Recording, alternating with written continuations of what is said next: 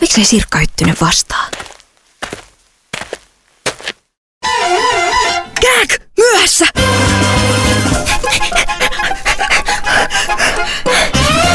Ja kuten kaikki tiedätte, Sirkka ei tule huomennakaan, koska hän on taivaassa.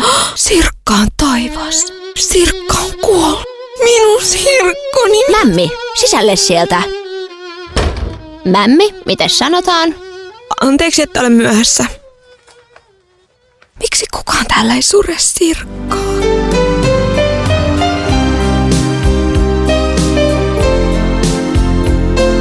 Paljonko on 10 plus 123? Mämmi. Mämmi? Minä, en tiedä. Keskity nyt. Mämmi, odota vähän. Onko sulla kaikki hyvin? No ei. Mitä on tapahtunut? Sirkka on kuollut. Mitä? Miten niin? Sinä sanoit, että Sirkka on taivaassa. Onpa julmaa nauraa, kun toisen paras kaveri on kuollut. En minä sanonut, että Sirkka on taivaassa. Minähän sanoin, että Sirkka on Taimaassa. Lomalla Taimaassa. Elääkö Sirkka? Savadika! Oliks ikävä? Taimaassa oli kiva, siis tosi paljon hyttysiä.